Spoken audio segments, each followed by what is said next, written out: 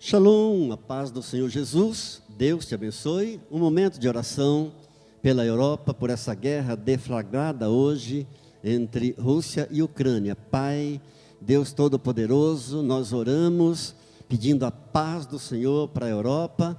Nós sabemos que toda guerra tem um fim de mortes, destruição, de tristeza, de sofrimento, de derramamento de sangue. Quando então os inocentes pagam pelos culpados, nós te pedimos, ó Deus, em nome de Jesus, faz cessar todo bombardeio, toda ação militar. Te pedimos, ó Deus, que haja diálogo entre esses homens chamados de poderosos. Ó Deus, que haja acordo entre esses líderes. Ó Deus querido, em nome de Jesus, envia o teu exército celestial, ó Deus, e faz cessar, ó Deus, todo ódio, toda guerra, em nome de Jesus. Muito obrigado, Pai, porque o Senhor sempre nos ouve. A Ti damos glórias, honras e louvores, em nome de Jesus. Amém. Te convido a tomar a sua Bíblia no Evangelho de Mateus, no capítulo 25. Evangelho de Jesus Cristo, segundo escreveu Mateus, no capítulo 25, no verso 31, diz assim a palavra do Senhor nosso Deus. Quando vier o Filho do Homem na sua majestade e todos os anjos com ele, então se assentará no trono da sua glória e todas as nações serão reunidas em sua presença e ele separará uns dos outros, como o pastor separa os cabritos e as ovelhas, e porá as ovelhas à sua direita, mas os cabritos à sua esquerda. Então dirá o rei aos que estiverem à sua direita: vinde, benditos de meu Pai, entrai na posse do reino, que vos está preparado desde a fundação do mundo. Verso 41. Então o rei dirá também aos que estiverem à sua esquerda: apartai-vos de mim, malditos, para o fogo eterno, preparado para o diabo e seus anjos. Está muito claro aqui que o Senhor Jesus está falando do juízo final, está falando do céu e do inferno. Vamos orar, pedir a Deus o discernimento em nome de Jesus. Pai Santo, perdoe os meus pecados, me lava com teu sangue nesta hora, me capacita, ó Deus, me ajude a pregar a tua palavra, sem distorcê-la, me unge, ó Deus, e unge cada um dos meus irmãos, que estarão recebendo essa mensagem, e daremos a Ti sempre a honra, a glória, o nosso louvor, a nossa adoração e a nossa gratidão, em nome de Jesus, amém. Claramente o Senhor Jesus está falando do juízo final, e do céu e do inferno. Ele fala de dois grupos bem distintos, um dos quais ele vai colocar à sua direita, ele chama de suas ovelhas. O outro grupo ele chama de cabritos, e ele irá colocar à sua esquerda. E ele vai dizer então aos que estiverem à sua direita, às suas ovelhas: vinde, benditos de meu Pai, entrai na posse do reino, que vos está preparado desde a fundação do mundo. Mas ele dirá ao outro grupo, ao grupo dos cabritos, aos que estiverem à sua esquerda: apartai-vos de mim, malditos, para o fogo eterno, preparado para o diabo e seus anjos. Louvado seja Deus. Eu quero pensar um pouquinho, inicialmente com você, sobre o céu. Vocês sabem que o Senhor Jesus, antes de subir para o Pai, antes de voltar para o Pai, depois da sua morte, do seu sepultamento e da sua ressurreição, antes da sua ascensão, ele fez uma promessa maravilhosa. E ele disse em João, Evangelho de João, capítulo 14, verso 2 e 3: na casa de meu Pai há muitas moradas, e se assim não fora, eu vou-lo teria dito, pois vou preparar-vos lugar, e quando eu for e vos preparar lugar, então eu voltarei e vos receberei para mim mesmo, para que onde eu estou, estejais vós também. Aleluia! Que lugar é esse que o Senhor Jesus prometeu que iria preparar para nós? Este lugar é o céu, louvado seja Deus. Esse paraíso que Jesus prometeu para aquele ladrão que se arrependeu no último instante da sua vida, ali na cruz, ao lado de Jesus, esse paraíso que Jesus prometeu para ele, é o céu. O céu é a esperança de todo aquele que crê no Senhor Jesus. O céu é a nossa bendita esperança. Durante muitos séculos, mas muitos séculos e séculos, o céu foi representado por artistas, o céu foi representado por poetas, por pregadores. O céu é cantado nas igrejas, nos hinos, o céu é cantado na música popular brasileira. O céu, durante muito tempo, tem sido citado em todos os lugares desta terra.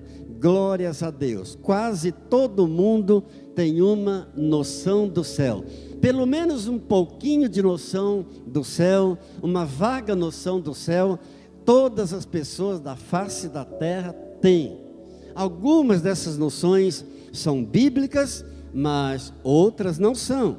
Amém? A promessa do céu tem dado muita esperança aos aflitos. A promessa do céu tem dado muito conforto aos que perderam seus entes queridos. O céu, a promessa do céu, a promessa de Jesus do céu, tem dado muito consolo àqueles que perderam seus entes queridos. Amados, o céu é real. Diga graças a Deus, o céu é real. É que nós vivemos hoje numa era da mentira, nós vivemos na era da fake news, nós vivemos na era de efeitos especiais, nós vivemos na era de muito misticismo. Portanto, sendo assim, é fácil interpretar o céu de maneira errada, mas a Bíblia ela é muito clara em relação ao propósito do céu. Ouça bem o que diz o apóstolo Paulo na carta aos Filipenses, no capítulo 3 e no verso 20, em relação ao céu. Ele diz assim: pois a nossa pátria está nos céus, de onde também aguardamos o Salvador, o Senhor Jesus Cristo. A nossa pátria está nos céus, de onde também nós aguardamos o Salvador, o Senhor Jesus Cristo. Queridos, a notícia mais importante de um noticiário é aquela notícia que fala de morte. Pode observar, quando você assiste um noticiário, um jornal, a notícia que mais chama atenção, a notícia de maior repercussão é aquela que fala de morte. Haja vista a grande repercussão que tem tido nesse dia em que foi deflagrada aquela guerra lá na Europa entre a Rússia e a Ucrânia, em que acabamos de orar por esta guerra. Então, toda notícia que fala de morte, de tragédia, é a que chama mesmo atenção. Agora, essas notícias de morte, elas têm um sentido para nós. Elas servem para nós, para nos alertar, para nós nos lembrarmos de quão transitória é a nossa vida aqui neste mundo. Glórias a Deus. Não se engane, o céu é real, o céu é uma verdade. Quão passageira é a nossa vida, quão transitória é, quão rapidinho a nossa vida passa aqui neste mundo. Glórias a Deus. O céu não é uma imaginação humana, o céu não é uma invenção, o céu não é um conceito, o céu não é um sonho emocionante, o céu não é uma fábula. O céu é muito real, o céu é mais real do que este lugar em que nós estamos aqui agora. Amém? O céu é real, diga graças a Deus. Jesus disse para aquele ladrão que se arrependeu no último instante: ali pregado na cruz, ao lado de Jesus, o Senhor Jesus disse para ele o seguinte: em verdade te digo, que hoje estarás comigo no paraíso. Jesus estava falando do céu para ele, glória a Deus. A Bíblia, queridos, não diz tudo o que nós gostaríamos de saber em relação ao céu. Eu sei que você tem muitas perguntas em relação ao céu, eu também tenho muitas perguntas em relação ao céu, mas a Bíblia não diz tudo aquilo que a gente gostaria de saber a respeito do céu. A Bíblia dá para nós apenas um vislumbre do que seja o céu. Mas um dia, quando estivermos lá, aonde estaremos para sempre com o Senhor, não teremos mais nenhuma dúvida. Lá nós saberemos todas as coisas a respeito do céu. Glória a Deus, desse futuro glorioso que espera por todos aqueles que creem no Senhor Jesus. Todos aqueles que têm o Senhor Jesus como seu único Deus, como seu único Senhor, como seu único e suficiente Salvador da sua alma. Glória a Deus. Uma pergunta que sempre fazem é se todas as pessoas vão para o céu. Todas as pessoas vão para o céu? Não, não são todas as pessoas que vão para o céu. Isso ficou muito claro nesse texto que você leu comigo, de Mateus capítulo 25. Glórias a Deus. Geralmente nós ouvimos uma frase que é muito famosa, que diz assim: todos os caminhos levam a Deus. Essa é uma frase muito famosa, mas ela não é bíblica. Essa frase não tem nada a ver com a palavra de Deus, não tem nada a ver com a Bíblia. Porque quando a pessoa diz todos os caminhos levam a Deus, ela está dizendo que todas as religiões têm a verdade. E isso não é verdade, isso não é bíblico. Você poderia estar pensando assim: mas pastor, eu já sou crente há muito tempo, eu já tenho conhecimento dessas coisas. Amém, glória a Deus que você já conhece tudo isso, porque há muita gente que não conhece essa verdade e precisa saber disso. Nós precisamos dizer para essas pessoas que não são todos os caminhos que levam a Deus, não. Amém? Há um só caminho. Jesus disse: eu sou o caminho. Ele não disse: eu sou um caminho, eu sou um dos caminhos. Não, eu sou o caminho, eu sou a verdade. Ele é a única verdade. Eu sou a vida. A vida é Jesus Cristo. Amém? Glórias a Deus. Há muitas passagens na Bíblia que nos deixam muito claro que nem todos serão salvos. Eu sei que é difícil falar disso, eu sei que é muito até emocional, mas essa realidade deve servir de motivação para todo crente. Jesus deixa bem claro aqui nesse texto que ele está falando de dois grupos muito distintos. Ele está falando que haverá uma separação.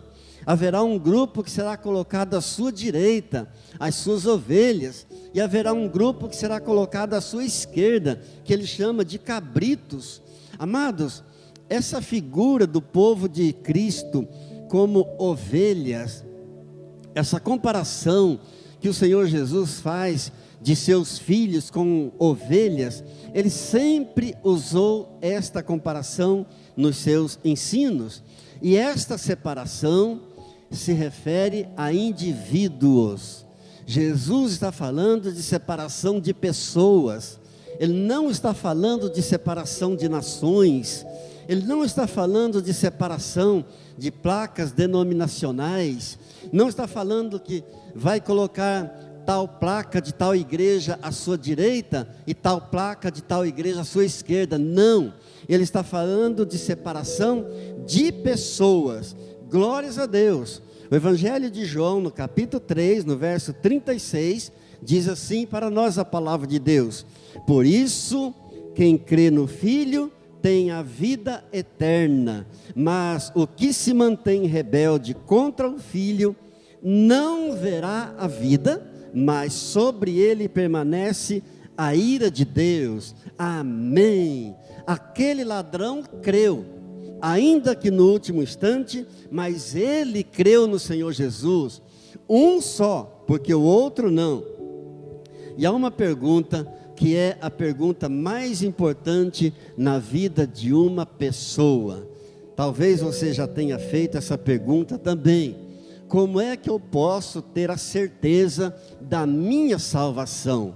Em outras palavras, essa foi a pergunta do carcereiro lá de Filipos a Paulo e Silas. Ele perguntou para Paulo e Silas: senhores, o que eu devo fazer para ser salvo? E essa é a pergunta mais importante na vida de uma pessoa. E caso você ainda não tenha refletido sobre isso, eu quero incentivar você a fazer isso com muito cuidado, com muito zelo, porque o meu desejo é que todos aqui saiam sem sombra de dúvida alguma em relação à vida eterna, em relação ao céu, a esse lugar maravilhoso que o Senhor Jesus foi preparar para nós. Graças a Deus. A Bíblia nos diz no livro de Provérbios, no capítulo 11, no verso 30, o fruto do justo é árvore de vida, e o que ganha almas é sábio. Há uma interpretação errada desse versículo. Muitos dizem que ele está dizendo que se você não ganhar almas, você também não ganhará os céus. Mas não é isso que a palavra está dizendo. Muitos dizem: quantas almas você já ganhou? Se você não ganhar almas, você também não vai ganhar a tua salvação, você não vai ganhar o céu. Isso traz peso sobre as pessoas, mas isso não é verdade. A palavra está dizendo o seguinte: o fruto do justo é árvore de vida, e o que ganha almas é sábio. Aquele que ganha almas é um crente sábio. Eu respeito o ponto de vista de cada um que pensa dessa maneira, mas é claro que a ordem do Senhor Jesus para ir e evangelizar: ide por todo o mundo, fazei discípulos de todas as nações, batizando-os em nome do Pai, do Filho e do Espírito Santo. Quem crer e for batizado será salvo, quem porém não crer será condenado. Essa ordem de Jesus é uma ordem para todos nós. Claro, e eu creio isso, é o que a palavra de Deus diz. Eu devo me esforçar para ganhar almas? Sim, eu devo me esforçar para ganhar o quanto mais almas, melhor para Jesus. Mas isso não é condição para a minha salvação. O Senhor Jesus não está dizendo que se eu não ganhar almas, eu não vou ganhar o céu. Está dizendo que aquele que ganha almas é um sábio. Amados, eu tenho aprendido que ninguém é suficientemente bom para merecer o céu. Ninguém é suficientemente bom para merecer a graça de Deus. É a palavra de Deus que diz, lá em Romanos, no capítulo 3, nos versos 23 e 24: todos pecaram e todos carecem da glória de Deus, sendo justificados gratuitamente por sua graça, mediante a redenção que há em Cristo Jesus. Aleluia! Olha o que diz a palavra de Deus: sendo justificados gratuitamente por sua graça, mediante a redenção que existe na pessoa bendita e maravilhosa de nosso Senhor e Salvador, Cristo Jesus. Atos 16, 31, diz para nós: crê no Senhor Jesus e será salvo tu e a tua casa. Romanos capítulo 10, verso 13, diz para nós: todo aquele que invocar o nome do Senhor será salvo. O ladrão, salvo lá na cruz, porque se arrependeu no último instante da sua vida, será que ele ganhou alguma alma para Jesus? Ele era um criminoso. Ele não teve tempo para membrar em alguma igreja, ele não teve tempo para ser batizado, mas ele invocou o nome do Senhor Jesus, ainda que no último instante da sua vida. E a resposta do Senhor Jesus para ele foi: em verdade te digo que hoje estarás comigo no paraíso. Portanto, não deixe o inimigo colocar peso sobre você. Não deixe que o inimigo venha colocar dúvidas no seu coração, na sua mente. Aleluia! Sabe o que significa tomar a cruz e seguir Jesus? Significa obedecer a palavra de Deus. Tomar a cruz significa renunciar às nossas ambições egoístas. Oh, amados, e obedecer a palavra de Deus não é peso para nós, não é pesado. Isso está escrito na primeira carta de João, no capítulo 5, no verso 3. Não é peso obedecer a palavra de Deus. Tomar a cruz significa pregar na cruz a nossa velha natureza humana, pecaminosa, as nossas ambições egoístas, aleluia, morrer para o mundo e para as coisas do mundo. Isso é tomar a nossa cruz e seguir Jesus, porque o preço foi a morte de Jesus, o preço foi o sangue de Jesus derramado lá na cruz. Ele pagou todo o preço que nós tínhamos que pagar, o preço do nosso pecado. Glória a Deus, glória a Deus. E João faz, no livro de Apocalipse, um último apelo, no capítulo 22 de Apocalipse, no verso 17, quando ele diz assim: o Espírito e a noiva dizem, vem. Aquele que ouve, diga, vem. Aquele que tem sede, venha. E quem quiser, receba de graça a água da vida. Amém? Eu vou repetir. E quem quiser, receba de graça a água da vida. Jesus é a água da vida. E é de graça, diz a palavra de Deus. Você não tem que pagar nada, você não tem que fazer nenhum sacrifício. Oh, aleluia, o preço foi pago, o preço foi, não é de graça para nós, não custa nada para nós, mas custou um preço muito alto para Ele, e o preço foi o seu sangue vertido na cruz do Calvário. O preço foi alto, foi a sua morte, o preço foi a sua vida sendo derramada ali na cruz do Calvário, o seu sangue derramado. Diga louvado seja Deus. Muito obrigado, Jesus.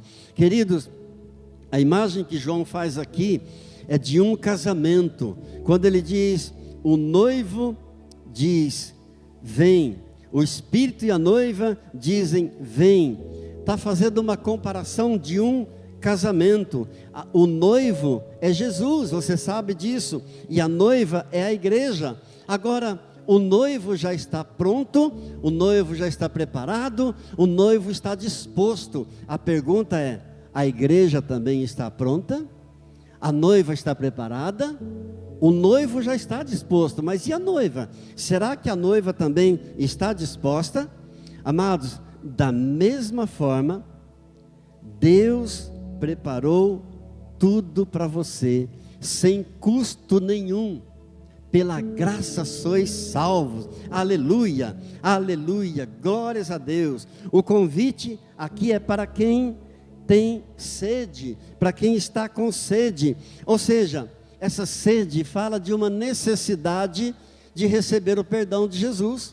Essa sede fala dessa necessidade do perdão dos nossos pecados.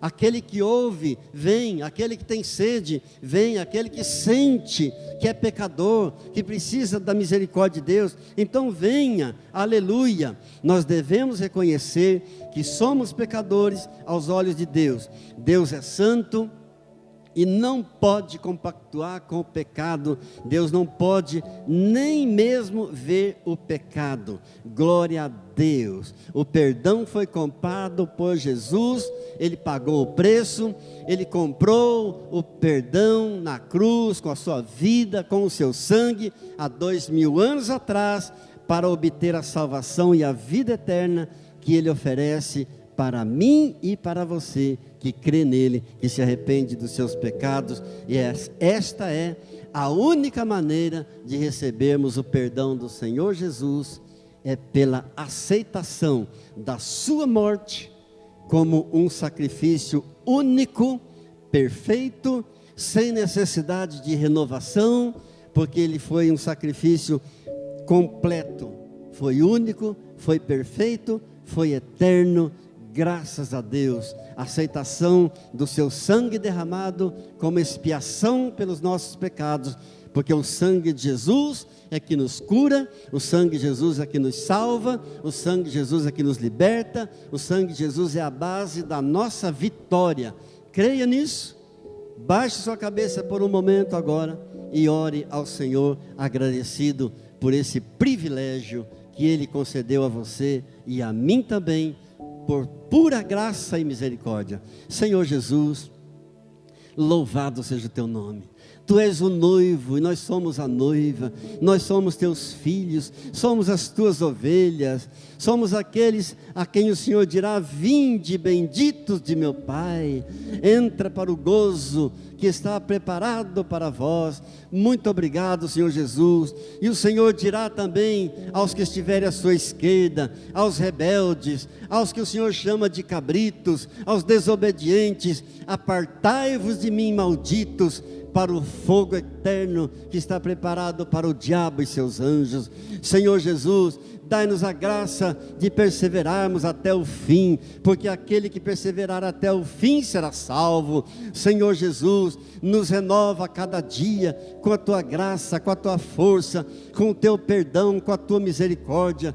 Unge-nos a cada manhã. Senhor, reveste-nos com a tua armadura, aquela armadura poderosa contra toda armadilha de Satanás, contra toda tentativa de Satanás de nos destruir, de nos desviar dos caminhos do Senhor. Nos reveste, ó Deus, a cada manhã do teu sangue. Ó Pai querido, nós nos cobrimos agora com o sangue de Jesus Cristo para nos proteger, e tomamos agora sobre nós toda a armadura de Deus, o capacete da salvação, a espada do Espírito, o escudo da fé, o cinturão da verdade, a couraça da justiça. Pai querido, eu oro por cada ouvinte, por cada irmão que está assistindo esse vídeo, aonde essa oração está chegando agora, Pai. Eu oro especialmente por aqueles que estão enfermos. Eu peço, Deus, uma unção de cura poderosa do Senhor, desde a planta dos pés ao alto da cabeça, do alto da cabeça à planta dos pés, a tua cura completa, a restauração, Pai querido, em nome de Jesus. Em nome de Jesus é que nós clamamos. Não estamos exigindo nada do Senhor, nós estamos suplicando, estamos batendo a tua porta e pedindo o teu favor, a tua misericórdia, Deus, e já te agradecemos, porque o Senhor sempre nos ouve. Pai, eu oro também e abençoo cada dizimista fiel, cada ofertante fiel, que tem abençoado esta obra do Senhor. Ó Deus, muito obrigado, o Senhor é galardoador. Então eu te peço que o Senhor venha recompensar abundantemente, com paz, com saúde, com alegria do Espírito Santo. Muito obrigado, Pai, em nome de Jesus, amém. Glória a Deus, diga glória a Deus, glória a Deus, glória a Deus. Que a graça do Senhor Jesus, o amor do Pai e a comunhão do Espírito Santo seja sobre a tua vida, sobre a tua casa e a tua família, hoje e sempre. Amém. Shalom.